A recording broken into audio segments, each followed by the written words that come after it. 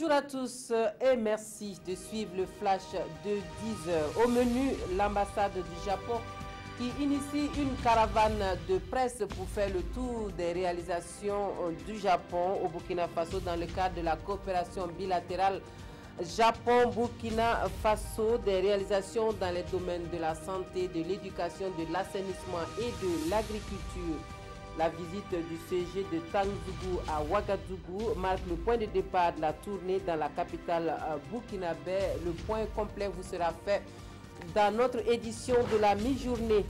Et le comité régional de gestion des épidémies de l'Est qui fait le point de la situation de la méningite qui sévit dans la région et qui a fait une vingtaine de morts. Les autorités rassurent, l'épidémie est désormais maîtrisée. La campagne de vaccination se poursuit.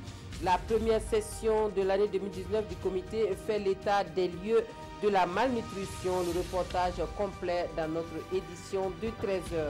Et voici 3 projets qui devraient renforcer les capacités organisationnelles et techniques des comités locaux et police de l'eau dans les espaces de compétences des 5 agences de l'eau que compte le Burkina Faso d'un coût global de près de 3 milliards de francs CFA.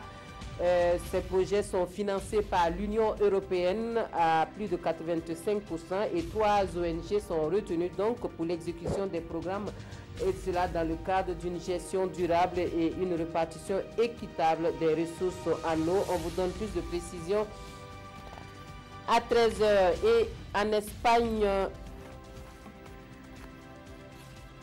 nous parlons à présent des DOZO dans les hauts bassins qui se voient confier une nouvelle mission de surveillance et de protection des ressources naturelles qui vient qu'à profusion dans cette région subissent des menaces diverses.